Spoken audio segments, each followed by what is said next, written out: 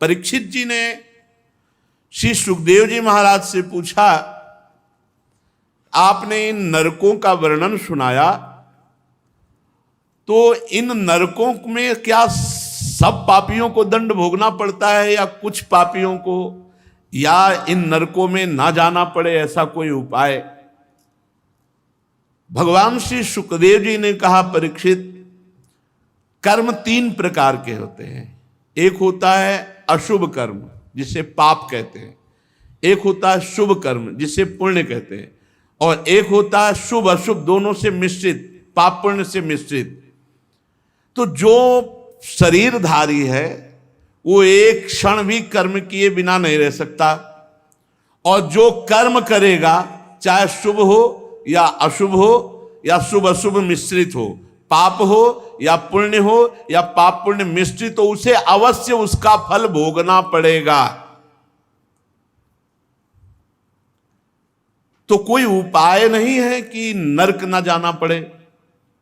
पाप कर्म बन गया, अब उसके परिणाम भोगना ही पड़ेगा, कोई उपाय नहीं कि बचा जा सके। तो कहा एक उपाय है प्रायश्चित, उस पाप का सम्यक प्रायश्चित कर लिया जाए।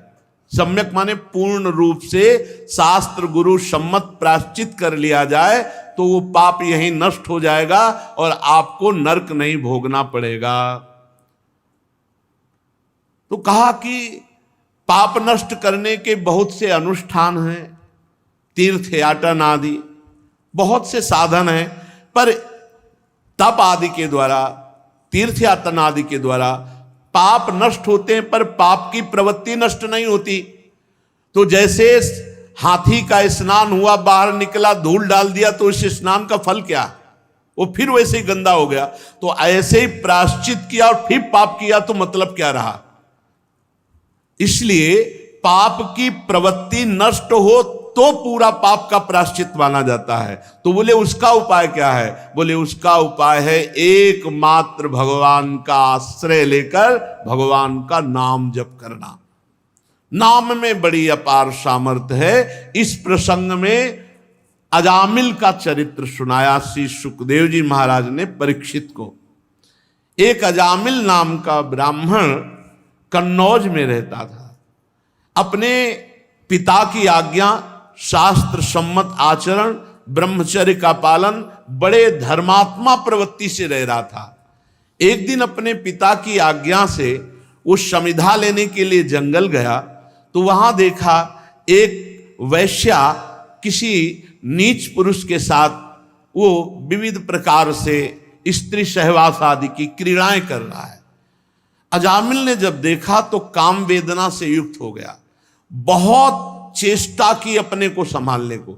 इसीलिए साधक को शास्त्र में लिखा हुआ है, पशु पक्षियों को भी मैथुन करते हुए नहीं देखना चाहिए। अगर एक बार दृष्टि पड़ जाए तो दृष्टि हटा लो। फिर मोबाइल में अगर कोई सर्च करके गंदी बातें देखेगा तो वो साधक बना रहे, ऐसी संभावना नहीं। वो साधक बना रहे ऐसी संभावना नहीं, वो भ्रष्ट हो जाएगा। कोई मिले ना मिले, वो अकेले ही भ्रष्ट हो जाएगा। देखने का, सुनने का बहुत बड़ा प्रभाव पड़ता है।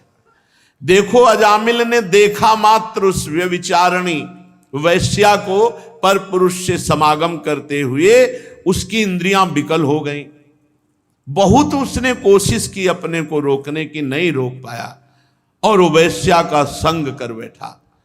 वैश्या पैसे तो सब पिता की पूरी संपत्ति वैश्या के, यहां तक कि वैश्या के साथ 88 वर्ष का बूढ़ा हो गया था, फिर भी वैश्या की आसक्ति, वैश्या के संग रहना, कभी परमार्थ का कोई चिंतन नहीं। एक दिन उसके यहां उपहास करने वाले गांव के लोगों ने साधु मंडली भेज दी। उन्होंने पूछा कोई पवित्र भक्त श्रद्धावान हो जिसके यहां हम आज रात्रि रुक सके। उनका सबसे बड़ा पवित्र हमारे गांव में अजामिल है। उपहास करके भेज दिया। तो संत समागम कभी व्यर्थ नहीं जाता। संतों का दर्शन और संभाषण कभी व्यर्थ नहीं जाता। जब अजामिल ने देखा कि हमारे दरवाजे के सामने वाले बगीचे में संत मंडली, तो अब संत दरस जिम पातक टरई, संतों के दर्शन मात्र से पाप नष्ट होते हैं। फिर वो संभाषण कर ले तो और बड़ी बात है, संभाषण करने वाले को भजन के उस दिन का 6वां हिस्सा उसको प्राप्त होता है। जो संत से संभाषण कर ले तो उस दिन के भजन का 6वां हिस्सा संभाषण करने वाले को प्राप्त होता है। अजामिल ने तो मंडली संतों के दर्शन की, रो पड़ा, भगवान हमारे यहां पानी भी आपको नहीं मिल सकता, क्योंकि मैं इतना नीच पवित्र आचरण वाला हूं कि मैं वैश्यागामी पूरा जीवन हो गया। ऐसा हिंसक, चोरी, लूट पाट से मैं वैश्या को प्रसन्न करता रहता हूं, क्या मेरा भी कल्याण हो सकता है? संतों ने कहा अवश्य। फिर उनमें एक भाग्य रेखा देखने वाले संत थे, उन्होंने देखा और कहा कि तुम्हारे भाग्य में अभी एक पुत्र और आएगा। 9 पुत्र थे, ये 10वां, तुम इसका नाम नारायण रख देना। और सब संत वहां से चले गए। कुछ समय बाद अजामिल के पुत्र हुआ, उसका नाम नारायण रखा। संतों के कृपा प्रसाद से अजामिल की पूरी आसक्ति उस छोटे बालक में। अब वो बालक को ही साथ लेकर के घूमता फिरता, खाता पीता, सोता जागता, हर समय बालक से प्रीति। मृत्यु का समय नजदीक आया तो भगवान यमराज के महान क्रूर कर्मादूत उपस्थित हुए 2। उस भय की अवस्था में अपने पुत्र को, वो दूर खेल रहा था, पुकारा नारायण, जे ही नारायण नाम पुकारा, कि दिव्य चतुर्भुज रूप धारण की हुई 2 भगवत पार्षद उपस्थित हो गए और यमदूतों की फांस से अजामिल को मुक्त किया और यमदूतों से प्रश्न किया, तुम कौन हो? तो उनका मैं भगवान धर्मराज का दूत हूं। तो धर्म का क्या लक्षण है? धर्म किसे कहते हैं? उन्होंने कहा शास्त्र जिसे विधान करता है उसे धर्म कहते हैं, जिसे निषेध करता है उसे अधर्म कहते हैं। महापुरुष जिस मार्ग में चलते हैं उसी को धर्म कहते हैं। क्या सब पापी दंडनीय हैं? तो उनका हाँ, सतोगुण रजोगुण तमोगुण के द्वारा जो भी कर्म किया जाता है, दिन रात दिशाएं, चंद्रमा, सूर्य, भगवान यमराज, ये सब साक्षी हैं। किसी से पूछने की जरूरत नहीं, उसके किए हुए पाप का या पुण्य का उसको भोग भोगना ही होता है। भगवान के पार्षदों ने कहा कि तुम नीति निपुण एवं धर्म का मर्म जानने वाले यम के दूत हो, पर अभी तुम्हें पूर्ण धर्म का ज्ञान नहीं है। अहो कष्टम धर्म दशाम अधर्म स्पृशते सभाम यत्रा दंडेषु पापेषु दंडो यैर्ध्रियते वृथा। यमदूतों, ये बड़े आश्चर्य की खेद की बात है कि धर्मज्ञों की सभा में अधर्म प्रवेश हो रहा है। यहां निरपराध और अदंडनीय व्यक्ति को दंड देने के प्रयास किया जाता है। जो प्रजा के रक्षक हैं, शासक हैं, परोपकारी हैं, यदि वो प्रजा के साथ विषमता का व्यवहार करेंगे तो प्रजा किसकी शरण लेगी? सत्पुरुष जैसा आचरण करते हैं, साधारण पुरुष वैसा ही आचरण करते हैं। वो सत्पुरुष अपने आचरणों द्वारा साधारण पुरुषों को सत आचरण में लाते हैं। साधारण लोग सत्पुरुषों के चरणों में सर रखकर वो जैसा आदेश करते हैं, जैसा आचरण करते हैं, वैसा ही वो करते हैं।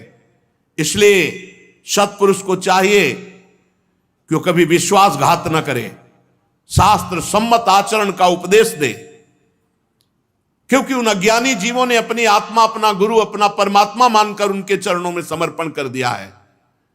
तो यमदूतों, जिस समय इसने अपने पुत्र के बहाने से ही सही मेरे स्वामी का नारायण ये 4 अक्षर उच्चारण किए, उसी समय इसने अनंत जन्मों के पापों का प्रायश्चित कर लिया।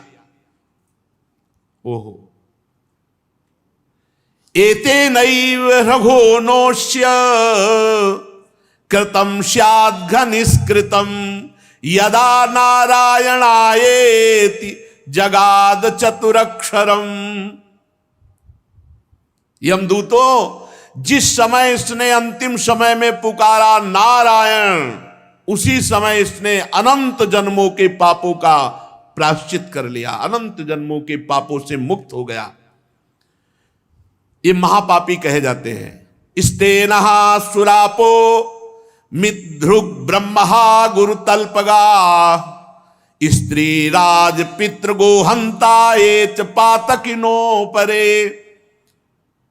स्तेनः चोर, सुरापो मदिरा पीने वाला, मित्र ध्रुव मित्र से द्रोह करने वाला, कपट करने वाला, ब्रह्महा ब्रह्म ऋषि की हत्या करने वाला, गुरु तल्पगहा गुरु पत्नी गामी और ऐसों का संगी, और माता पिता को मारने पीटने वाला, माता पिता को दंड देने वाला, और गौहंता, ऐसे महापापी ये नरक में बहुत दुर्गति भोगते हैं।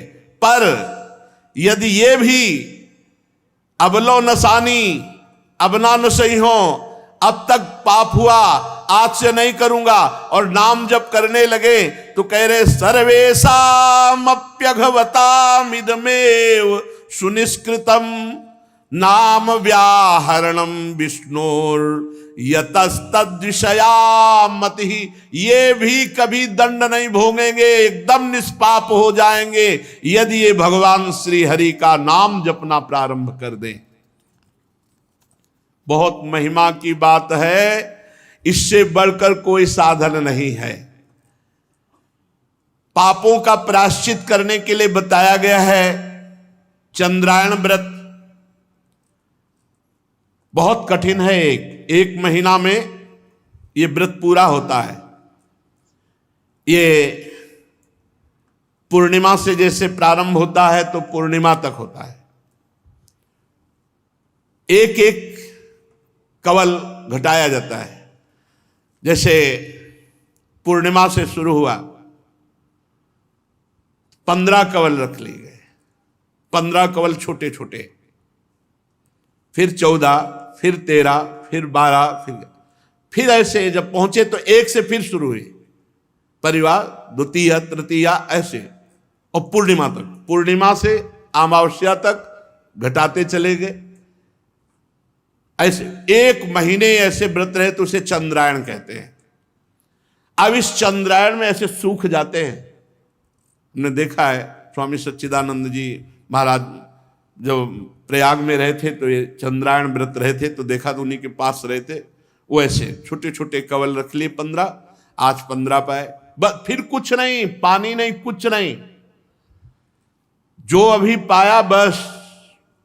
अब चाहे 15 कवल में पानी भी रख लीजिए, भोजन भी रख लीजिए, जो भी मान लो, तो आपको 7 कवल भोजन रख लिए तो उसी नाप का 7 कवल का पानी, उतना ही, बस उतना ही।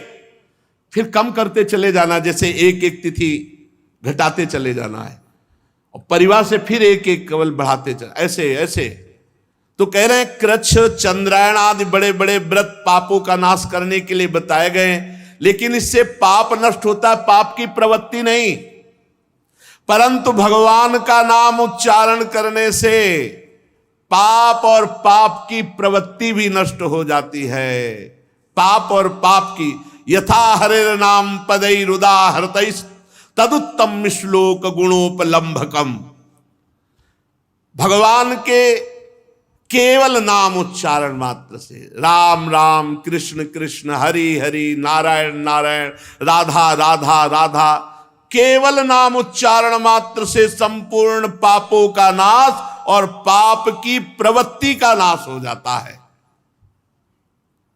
यदि अन्य साधनों से पाप का प्रायश्चित किया जाए तो मन फिर से कुमार्गगामी होकर पाप की ओर दौड़ने लगता है, तो क्या फायदा हुआ प्रायश्चित करने का। इसलिए प्रायश्चित तो सच्चा वो माना जाएगा कि वासना की जड़ उखड़ जाए और पुनः कभी कोई पाप कर्म बने ही ना, चित्त शुद्ध हो जाए, तो वो होता है केवल भगवान नाम से। यमदूतो, तुम अजामिल को अब छू भी नहीं सकते। ए हिम्मत की बात देखो, हमारे को हिम्मत मिलनी चाहिए इस बात से। पुत्र के बहाने नारायण बुलाया तो भगवान के पार्षद कह रहे तुम छू भी नहीं सकते। अब जब हम श्रद्धा पूर्वक नारायण नारायण बुलाएंगे, हरि हरि बुलाएंगे, राधा राधा कृष्ण कृष्ण, तो हमको कौन छू पाएगा? यमदूतों, तुम अजामिल को नहीं ले जा सकते, तुम नहीं छू सकते। इसने सारे पापों का प्रायश्चित कर लिया, क्योंकि इसने मरते समय मेरे स्वामी भगवान श्री हरि का नाम उच्चारण कर लिया। यदि अंतिम समय आपसे भगवान नाम उच्चारण ना हो और जीवन भर आप प्रयास करते रहे नाम जपने का, तो हमने संतों से और शास्त्रों में पढ़ा है कि अंतिम समय भगवान उसकी स्मृति बनते हैं, भगवान स्मृति बन जाते हैं। जब बेहोश हैं, कष्ट में बहुत पीड़ित हैं, अब हम बोल नहीं सकते, उस समय भगवान नाम रूप से छा जाते, राधा राधा। जैसे कोई मर रहा है, पशु पक्षी मनुष्य, और आप वहां गए, राधा राधा राधा उच्चारण किया, उसके कान में सुनाई पड़ गया, उसका एक बार कान में शब्द गया राधा, अब उसकी गति बन जाएगी और आपको वो पुण्य मिलेगा जो त्रिभुवन में किसी भी पुण्यात्मा ने किसी पुण्य साधन से वो लाभ नहीं प्राप्त किया, जो लाभ एक जीव को भगवत प्राप्ति कराने से होता है। कभी ऐसा अवसर मिले तो बहुत बड़ा दांव है, जीतना चाहिए दांव। कोई पशु पक्षी मनुष्य मर रहा है, हमें कोई मतलब, नजदीक जाके सुना दिया राधा राधा राधा राधा। अब वो कोई पाप नहीं कर सकता, मरण सैया में जब पधारेगा तब उसका मंगल हो जाएगा, आपको परम लाभ मिल जाएगा। बड़े बड़े महात्मा पुरुष ये जानते हैं कि सांकेत्यम पारिहास्यम वा स्तोभम हेलन में वा वैकुंठ नाम ग्रहण मशेषाघ हरम विदुहु। संकेत में राधा राधे, ऐसे जैसे किसी को संकेत में, श्री हरिवंश संकेत में पुकारने मात्र से, या परिहास्यम, अपने लोग मानो कीर्तन करें, कोई उपहास करे, राधा राधा, इससे भी उसका परिहासम, स्तोभम, आलाप लेने में, स्तोभम आलाप लेने में, हेलन अवहेलना करने के लिए, किसी की हंसी उड़ाना, अवहेलना करना, इसमें भी नाम का उच्चारण कर लेना। जैसे कोड़े मारते हैं ठाकुर हरिदास जी को जल्लाद, तो हरिदास जी के श्रीमुख से निकलता है हरि बोल, वो मारते कोड़े, कहता है हरि बोल कहता है, तो हरिदास जी मुड़ के देखते हैं और कहते हैं तुम्हारा भी मंगल हो गया, क्योंकि तुम्हारे मुख से 2 बार हरि नाम निकला। परिहास में, तान आलापने में, किसी की अवहेलना करने में, यदि भगवान नाम उच्चारण हो जाए तो उच्चारण और श्रवण करने वाले दोनों के पापों का नाश हो जाए। खूब विचार करके, खूब अनुभव करके, संतों की कृपा से तब हम उत्तर देते, नाम नाम नाम पकड़ो नाम।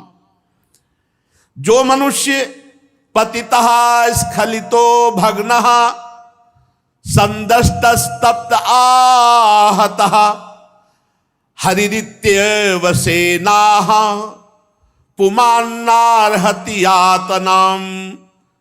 पैर फिसल रहा है, राधा गिरते समय, राधा, या कोई भयानक सांप आदि दिखाई दिया, राधा राधा राधा, या आग जलते समय, चोट लगते समय जो पुकार उठता है भगवन नाम, हरि हरि कृष्ण कृष्ण राम राम राधा राधा, छोटे बड़े सब पाप उसके भस्म हो जाते हैं।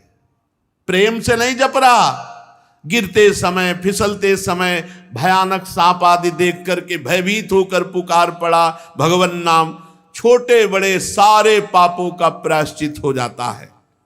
इसमें संदेह नहीं कि तपस्या, दान, जप, तीर्थ स्नान और भी अनुष्ठान ये पापों को नष्ट करते हैं, इसमें संदेह नहीं, नष्ट करते हैं, पर पापों को नष्ट कर देते हैं, पर मलिन हृदय को नहीं। मलिन हृदय ये नाम जप से शुद्ध होता है, भगवान के चरणों की सेवा से और भगवान के नाम जप से जैसा हृदय शुद्ध होता है वैसा किसी तीर्थ स्नान दान पुण्य तपस्या अन्य साधनों से नहीं। यमदूतों जैसे जान या अनजान में अग्नि का स्पर्श हो जाए तो अग्नि जला देती है, वैसे ही श्रद्धा से अश्रद्धा से जान से अनजान से कैसे भी भगवान के नाम का उच्चारण किया जाए वो सारे पापों को भस्म करके भगवत प्राप्ति करा देता है। ये नाम का प्रभाव है। जैसे कोई परम शक्तिशाली अमृत को गुण जानकर पिए या अनजान में पी जाए तो अमर ही हो जाएगा, ऐसे तुम जानकर महिमा नाम की जपो या अनजान में भी ऐसे ही राधा राधा आप परम अमृत पद के अधिकारी हो जाएंगे। नाम अपना फल देकर ही रहेगा, वो तुम्हारी श्रद्धा की बिल्कुल भावना नहीं रखता। जैसे अमृत है, विष है, अग्नि है, अपना प्रभाव दिखाता है, ऐसे नाम अपना प्रभाव दिखाता है। भाव कुभाव अनखाल सहु नाम जपत मंगल दिश दशहु।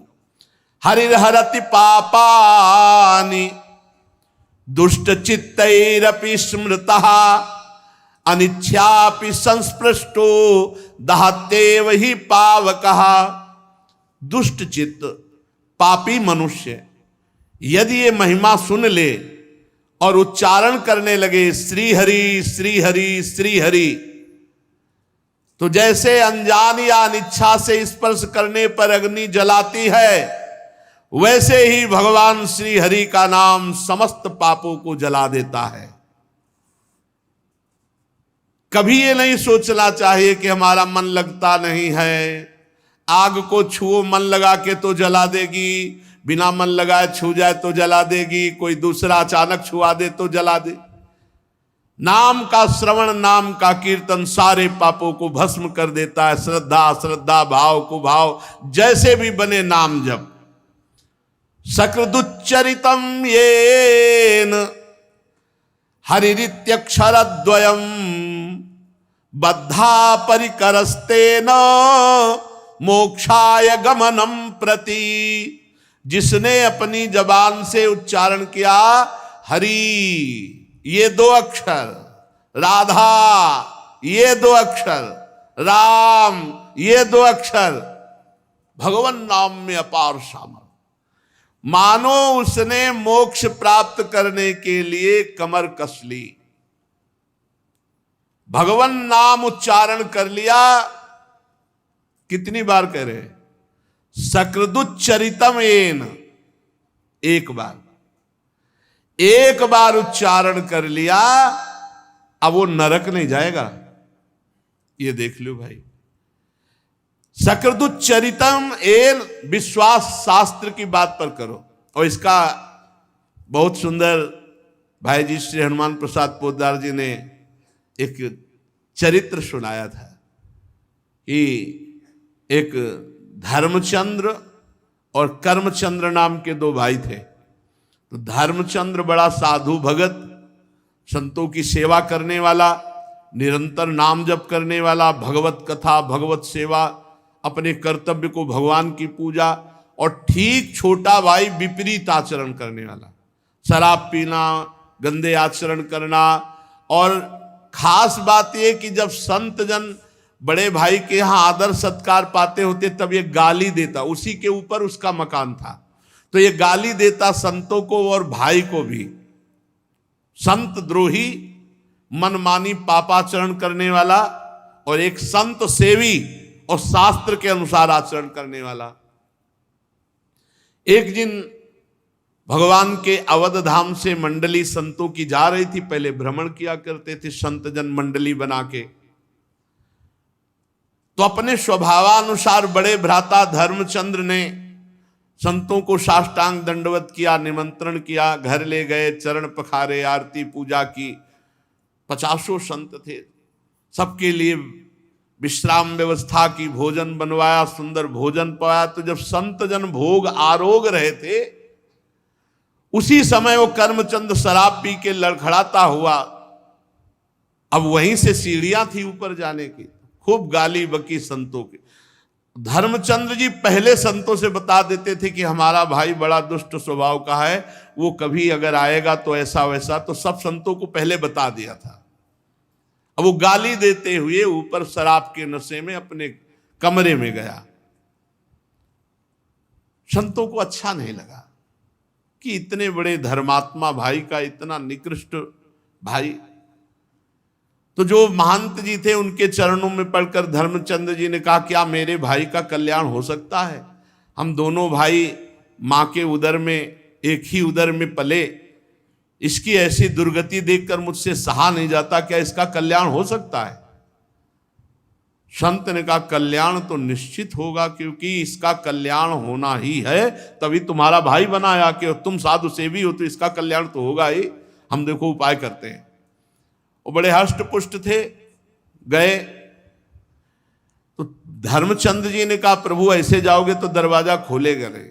शंख घंटा बजाते हुए बाहर निकलने की ऐसी सीन बनाई कि मानो संत जन चले गए।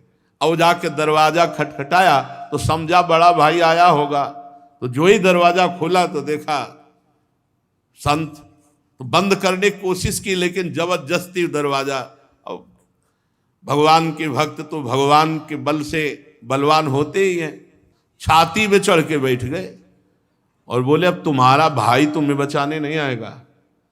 बोले, वो तो वो ऐसे नहीं बचाने आएगा। बोले, अब बोलो राम राम। बोले, नहीं बोलूंगा। बोले, बोल राम राम। वो कहा राम राम, हट गए। बोले, बेटा इसकी कभी कीमत मत लेना। संत भगवान आ गए नीचे और उनके भाई से कहा, काम हो गया। बोले, भगवान अब इसकी दुर्गति नहीं होगी। बोले, विश्वास रखो, भगवान के बल से कह रहे, अब इसकी दुर्गति नहीं होगी। कुछ दिन बाद कैंसर हो गया उसको, पाप का फल तो आता ही है। मरा तो यमराज जी के पास गए तो चित्रगुप्त ने सारा खाता रखा और उस खाते में जांच की गई। शराब मांस व्यभिचार ये सब गंदी बातें, संत द्रोह सब। एक संत के द्वारा जीवन में 2 बार राम राम कहाया गया और संत छाती में बैठे थे। अरे भाई, चरण रज होए चरणामृत, वो खुद छाती में बैठे, अभी कल्याण में कोई कसर रह जाएगी? अब यमराज ने देखा 2 बार राम राम, होगा इसको नरक कैसे देख सकते? 2 बार राम राम बोला। बोले, भाई जिंदगी में तूने 2 बार राम राम बोला, क्या सुख चाहता है? तो संत की अमोघ वाणी उस समय भी उसके दिमाग में गूंजने लगी कि बेटा इसकी कीमत मत लेना। तो उनका, आप बताओ तो क्या मिल सकता है? 2 बार राम राम का फल क्या हो सकता है? 2 बार राम राम का फल क्या दे सकता? तो उनका, ये बात तो हम नहीं बता सकते। तो बोले, जब तक बताओगे नहीं कि 2 बार का फल होता क्या, तब तक हम मांगे क्या? उन्होंने देवराज इंद्र का चिंतन किया कि त्रिभुवनपति वाले, ये लोकपाल है तो इंद्र त्रिभुवनपति। देवराज इंद्र आए, क्या समस्या? बोले, प्रभु समस्या ये है कि इस पापी ने जीवन भर पाप किया, 2 बार राम राम बोला। अब इसको 2 बार राम राम की कीमत क्या है, उसके बदले में हम क्या दे सकते हैं? कह रहा, पूछ रहा है। भगवान नाम की, ये हम भी नहीं, ये तो ब्रह्मा जी बता सकते हैं। देवराज इंद्र ने कहा कि ब्रह्मा जी को बुलाया नहीं जा सकता, ब्रह्मा जी के पास चला, वो जगत गुरु है, परमेष्ठी पद पे है। तो जीवात्मा ने कहा, पहले जो भयानक जीव जंतु इनको वाला घटाओ, यमदूतों को। और धर्मराज जी से कहा आप, और देवराज जी से कहा आप थक गए हैं, हम बहुत पिटाई करते रास्ते में लाए हैं, पालकी में बैठा लो और जहां ले चलना ले चलो, नहीं बुला लो यहीं। भाई जी महाराज ने जो चरित्र लिखा, पूज्य श्री राम शर्मा आचार्य ने वही लीला दर्शाई थी काशी में, यही दृश्य देखा था। बोले, पालकी में चलेंगे हम। देवराज धर्मराज जी ने कहा कि भाई 2 बार राम राम कहा, समस्या तो बड़ी है, बैठा लो। आगे देवराजेंद्र, पीछे धर्मराज। ब्रह्मा जी ने कहा, आज तक तो ऐसी अगवानी हमने किसी ऋषि मुनि की नहीं देखी कि देवराज इंद्र पालकी पकड़े और धर्मराज पकड़े, कौन महानात्मा है? बोले, प्रभु महात्मा नहीं है, ये दुरात्मा है, जीवन भर पाप किया है, शराब पिया, व्यभिचार किया, मांस खाया है सब, और 2 बार संत के द्वारा राम राम कहाया गया। तो ये पूछ रहा राम नाम की कीमत क्या है 2 बार की। ब्रह्मा जी भी ऐसे करने लगे कि राम नाम की कीमत, ये मलिन माया त्रिभुवन को जो रचती है भगवान के नाम की बराबरी थोड़ी कर सकती है। तो ब्रह्मा जी ने कहा ये निर्णय तो देवाधिदेव महादेव जी कर सकते, क्योंकि हर समय वो डूबे रहते हैं भगवान नाम में, भगवत प्रेम में। चला जाए कैलाश। अब तो बड़ी शीतलता, ब्रह्मा जी चल रहे हैं, साथ में देवराज इंद्र, धर्मराज, पालकी में बैठा जीवात्मा। देवाधिदेव महादेव जी ने कहा प्रभु ये कौन सा महान पुरुष है जिसके आगे आगे ब्रह्मा जी, देवराज इंद्र। बोले प्रभु घोर पापी, 2 बार राम राम बोला संत के कहने से, तो प्रभु इसको क्या फल होता है राम। तो भगवान शिव ने कहा फल पूरा तो नहीं बता सकते, कुछ महिमा बता सकते हैं। रा बोल करके हलाहल विष समुद्र मंथन का निकला, उसे पी गए और मां कह के गले में रोक लिया। राम नाम से आज भी गले में नीलकंठ बना हुआ, पूरा विश्व रुका हुआ है और एक बूंद कोई नहीं रोक सकता गले में। गले में चला जाए हाँ खांसी आ जाए, पूरा हलाहल विष राम नाम से गले में रोक लिया। और काशी में जो मरता है इसी नाम से हम तारक मंत्र है, इसी से मोक्ष पदवी। बड़ी महिमा गाई, पर कहा कि पूर्ण फल क्या ये तो नहीं बता सकते। तो बोले प्रभु अब 2 बार राम नाम का पूर्ण फल तो पता ही चलना चाहिए। तो बोले फिर सीधे राम जी के पास चलते साकेतपुर। महादेव जी, ब्रह्मा जी, देवराज इंद्र, धर्मराज और जीवात्मा भगवान के साकेत धाम गए। राम जी ने देखा वाह वाह विश्व के संभान विभूतियां कैसे। प्रभु बोले प्रभु समस्या है कि जीवात्मा महान पापी, ये 2 बार आपका नाम लिया राम राम संत के कहलाने से। भगवान ने कहा पहले लाओ इसको हमारी गोद में बैठा लो। भगवान साकेत धाम में सियाजू पार्श्व में विराजमान, हनुमान जी चरणों में, और उस जीवात्मा को अपनी गोद में बैठा ला और कहा भाई कोई तपस्वी आज तक ऐसा नहीं देखा जैसा आप लोग लाए हो इसको, और आज ये हमारी गोद में बैठा है। हम सब तपस्या साधनाओं का फल दे सकते हैं, लेकिन ये तुम महिमा देख लो, लेकिन महिमा पूरी क्या है राम नाम की कीमत ये हम भी नहीं कह सकते। कहूं कहां लगी नाम बड़ाई, राम न सकही नाम गुण गाई। भगवान ने कहा इसे साकेत में छोड़ दो जाओ। और सब वापस हो गए, लेकिन 2 बार राम राम कहने वाला भगवान के साकेत धाम में वास किया। तो यहां कह रहे सकृदुच्चरितम येन हरिरित्यक्षरद्वयम बद्धा परिकरस्तेन मोक्षाय गमनम प्रति। एक बार ये बोल दिया हरि राधा राम कृष्ण कुछ भी भगवान नाम। पर देखो खास बात है, गुरु के बुलाए से बोला 2 बार राम नाम, संत के द्वारा बुलवाने से वो बीजाक्षर महामहिमामय हो गया। और ऐसे भी नाम लोगे तो मंगल ही होगा, पर गुरुमुख से जो नाम वो बहुत महिमामय। एक बार नाम पूरे रजिस्टर में एक बार लिखा किसने राधा बोला, एक बार हरि बोला, एक बार कृष्ण बोला, भारी पड़ जाएगा हिसाब भाई। कुछ ऐसे भी चतुर है कि हाँ बोल तो दिया हरि, अब करेंगे मनमानी पापाचरण तो हिसाब तो भारी हो ही जाएगा, वो तो देवराज इंद्रराज पालकी में ले जाएंगे। देखो फिर नामापराध भी कानून लागू हो जाएगा। नामापराध, उस जीव को ये पता नहीं था कोई नाम का, वो कोई नामापराध नहीं कर रहा था, वो था ही पाप प्रवृत्ति में। संत ने उसे नाम सुनाया। आप सुन करके महिमा जान करके पापाचरण करोगे तो नामापराध लागू हो जाएगा। अगर नामापराध 10 नामापराध इनसे बच जाओ, बहुत जल्दी नाम आपको भगवत प्राप्ति करा देगा। न गंगा न गया सेतुर न काशी न च पुष्करम जिह्वाग्रे वर्तते यस्य हरिरित्यक्षरद्वयम्। जो अपनी जिह्वा से 2 अक्षर उच्चारण करता रहता है, राधा राधा राधा, हरि हरि हरि, राम राम राम, कृष्ण कृष्ण कृष्ण, वो गंगा नहाए या ना नहाए, काशी जाए या न जाए, सेतुबंध जाए न जाए, पुष्कर जाए न जाए, कोई आ सकता, सब तीर्थों का फल उसको प्राप्त है। न गंगा न गया सेतुर न काशी न च पुष्करम जिह्वाग्ये वर्तते यस्य हरिरित्यक्षरद्वयम। जिसकी जिह्वा के अग्रभाग में भगवान का नाम विराजमान है, उसे किसी तीर्थ करे तो बढ़िया, ना करे तो कोई नियम नहीं कि जाना ही पड़ेगा। ऋग्वेदोथ यजुर्वेदः सामवेदो अथर्वणः अधीतास्तेन येनोक्तम हरिरित्यक्षरद्वयम्।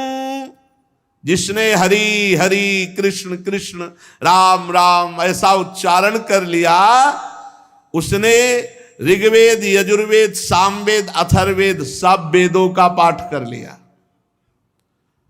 ऋग्वेदोथ यजुर्वेदः सामवेदो अथर्वणः अधिस्तास्तेन येनोक्तम हरिरित्यक्षरद्वयम।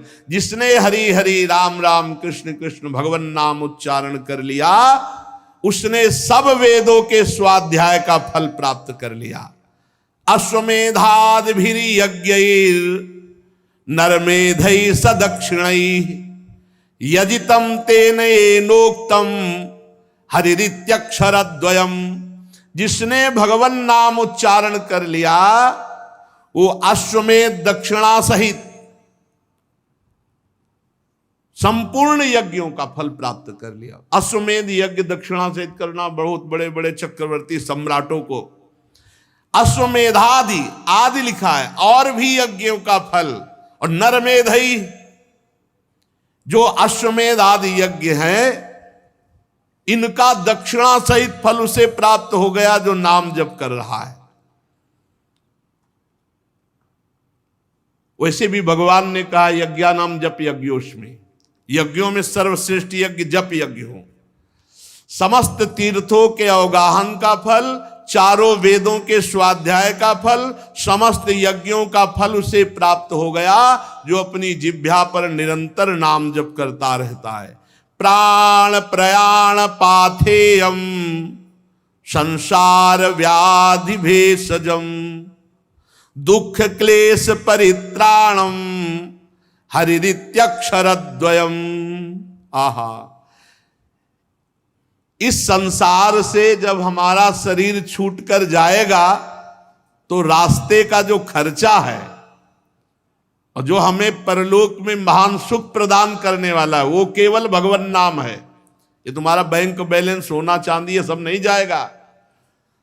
प्राण प्रयाण पाथेयम, जब शरीर छूटता है तब शरीर छूटने के बाद जो बढ़िया व्यवस्था होती है वो नाम से होती है। बढ़िया नाम जब किए हुए है तो भगवान के पार्षद आते, दिव्य लोक को ले जाते हैं और भगवान के साथ आनंद भोगता अनंत काल तक। इसलिए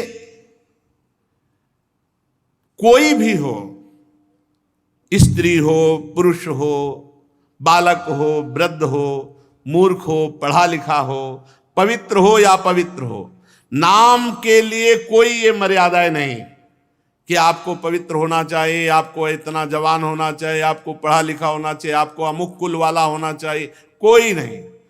इसमें कोई भी हो, पुरुष नपुंसक नारीवा जीव चराचर कोई, सर्वभाव भज कपट तज मोहि परम प्रिय सोई, प्रभु कह रहे। तो यहां यत्र तत्रानुकुर्वन्ति विष्णुर्नामानुकीर्तनम सर्व पाप विनिर्मुक्तास्ते पियांति सनातनम। कोई भी हो जो भगवान श्री हरि का नाम जप करेगा, सब पापों से मुक्त होकर परम पद को प्राप्त करेगा।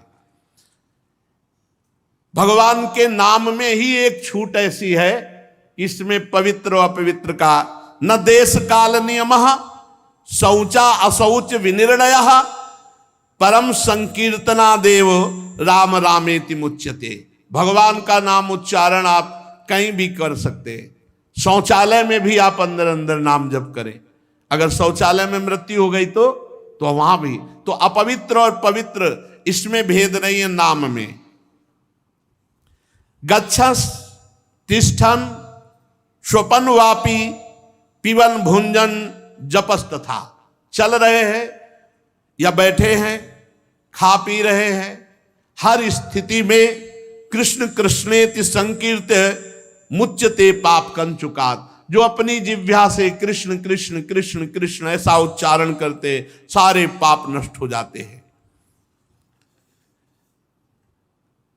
कृष्णेति मंगलम नाम यस्य वाचि प्रवर्तते भस्मी भवन्ति सद्यस्तु महापातक कोटया।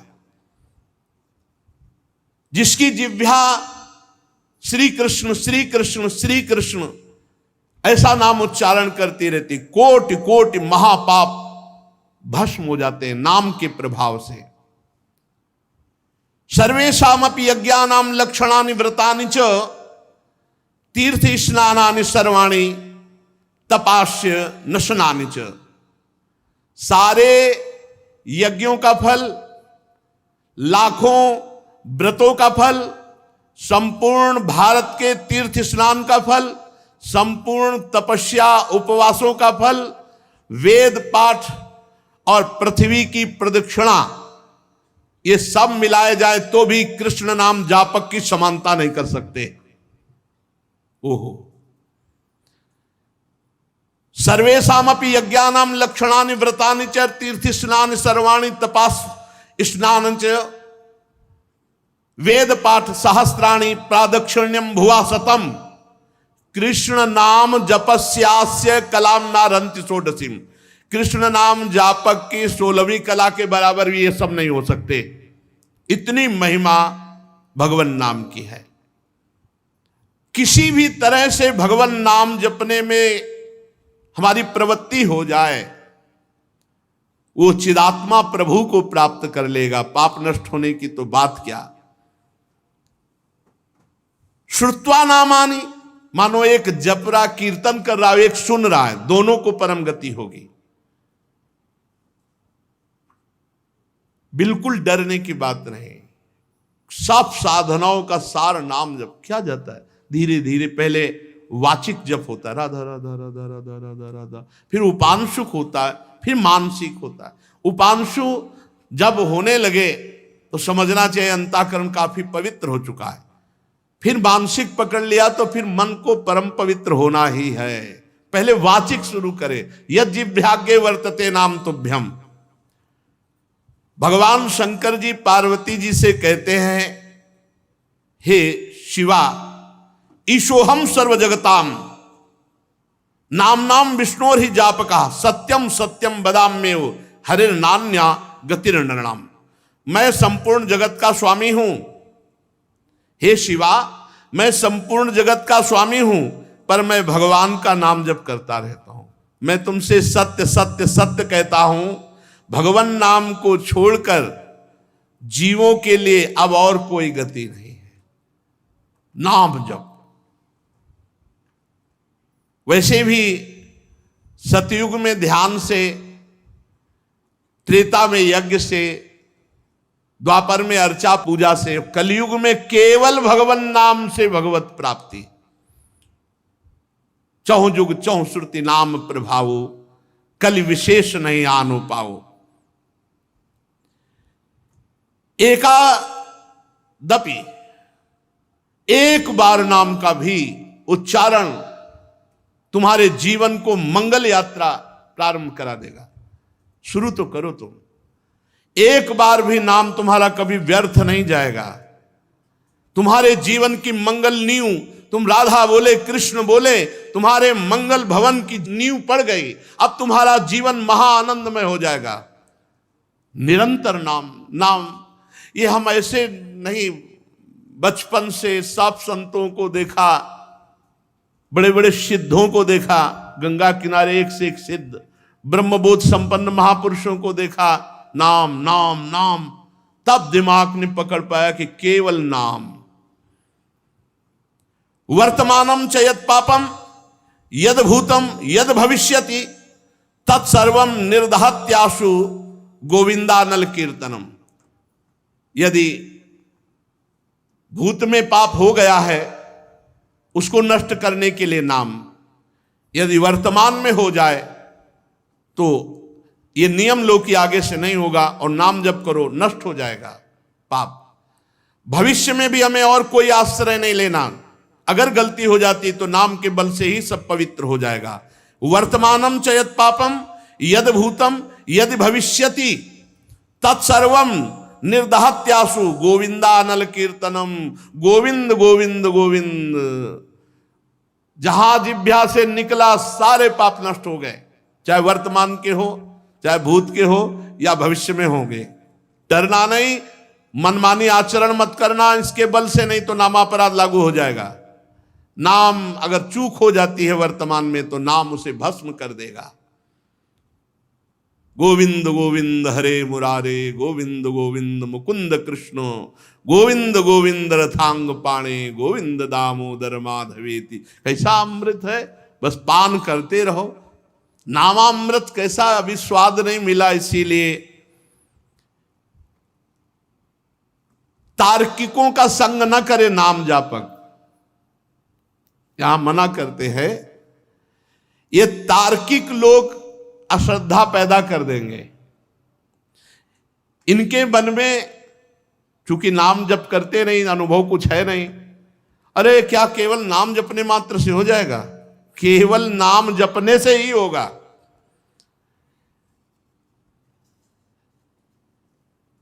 ये जो तार्किक लोग होते हैं, ये शराब की बोतल की तरह होते हैं। जैसे शराब की बोतल में चाहे जितना गंगा जल भरो हो, देव में चढ़ाने लायक नहीं रहती। अगर तर्क छोड़ करके सरल में हो जाए, धारा में बोतल को फेंक दो, अब उसका अस्तित्व ही खत्म हो जाएगा। ये तर्क छोड़कर यदि ये भी नाम जप करे तो इनका मंगल हो जाएगा। इसलिए यहां कह रहे हैं तार्किक पुरुषों का संग न करें। ये जो नाम में अश्रद्धा पैदा कर दे, ऐसे नास्तिकों, ऐसे तार्किक पुरुषों का संग न करें। जो नराधम नाम की अवहेलना करते हैं, नाम में अर्थवाद की कल्पना करते हैं, ऐसे लोगों का संग त्याग कर दे।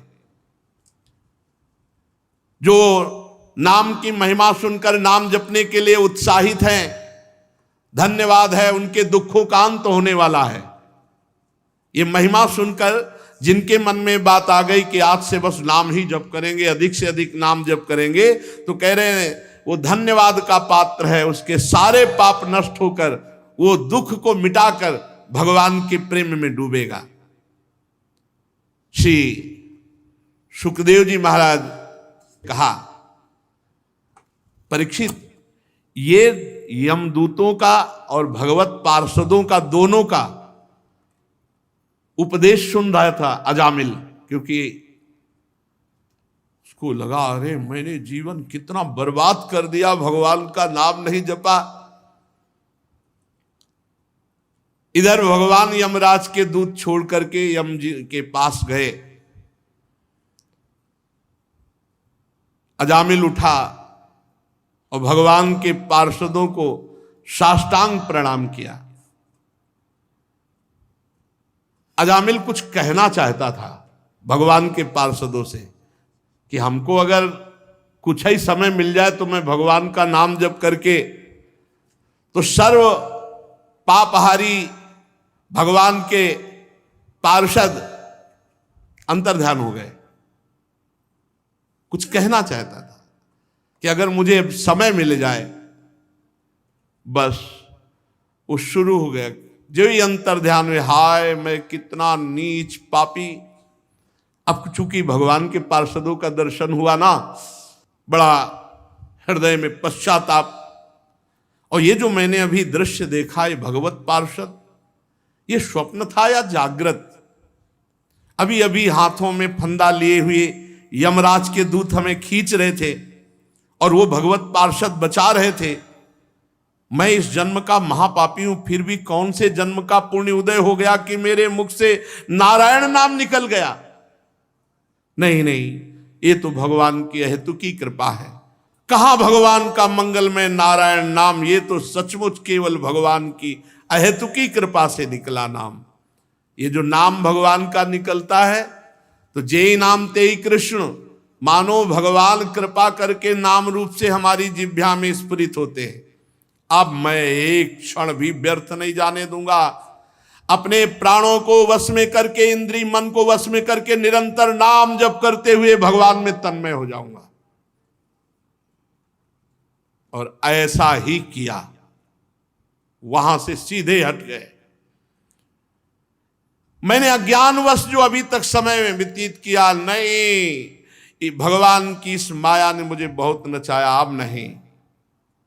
थोड़ी देर के लिए भगवान के पार्षदों का संग हुआ, सब कुछ छोड़कर हरिद्वार में गए और एक भगवान के मंदिर में बैठ करके अपनी इंद्रिय मन को सब जगह से हटाकर भगवान का निरंतर चिंतन करते हुए अपनी बुद्धि को भगवान में मिला दिया और अनुभव स्वरूप परमात्मा को प्राप्त करके अपने शरीर को छोड़ दिया। नाम जप करते हुए अजामिल ने हरिद्वार में अपने शरीर को पूर्ण किया। शेष चर्चा आगे। बस हमको ये ध्यान रखना है, जो अजामिल ने नियम लिया कि अब अपनी इंद्रिय और मन को समेट कर केवल भगवान का भजन करते हुए भगवत प्राप्ति कर ली, ये लक्ष्य हमारा भी बन जाए कि हम सब काम करते हुए भगवान का नाम जप करें और नाम जप के प्रभाव से इसी जन्म में भगवत प्राप्ति करें। श्री राधा वल्लभ लाल की।